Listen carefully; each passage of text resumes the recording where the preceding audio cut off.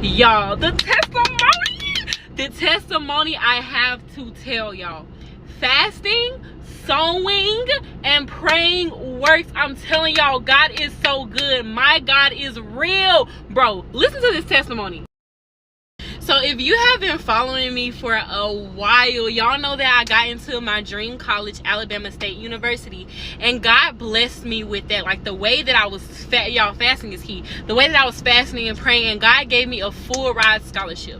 But the only thing was that with that full ride, it paid for everything except for my housing. So the time from then until now that I've been in school, I have been having to pay for my housing out of pocket, y'all. Like, bro, out of pocket.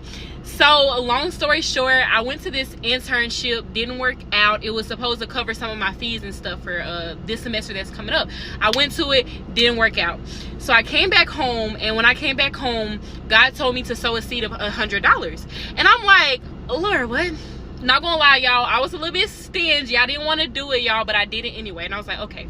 So God told me to sow that seed and go on a fast. So y'all, I'm fasting and praying. I have not heard nothing from God. Like literally the whole time I am fasting, this man is silent. He's not saying nothing. Like I'm fasting, crying out, I'm praying, he's not saying nothing. I'm praying the specific thing. One of the things I was praying for, because I was praying for multiple things, was Lord bless me with scholarships, right?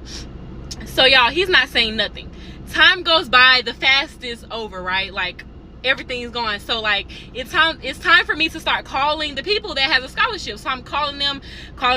They're saying that I'm gonna know, give it a few weeks. Calling them, not hearing nothing, y'all.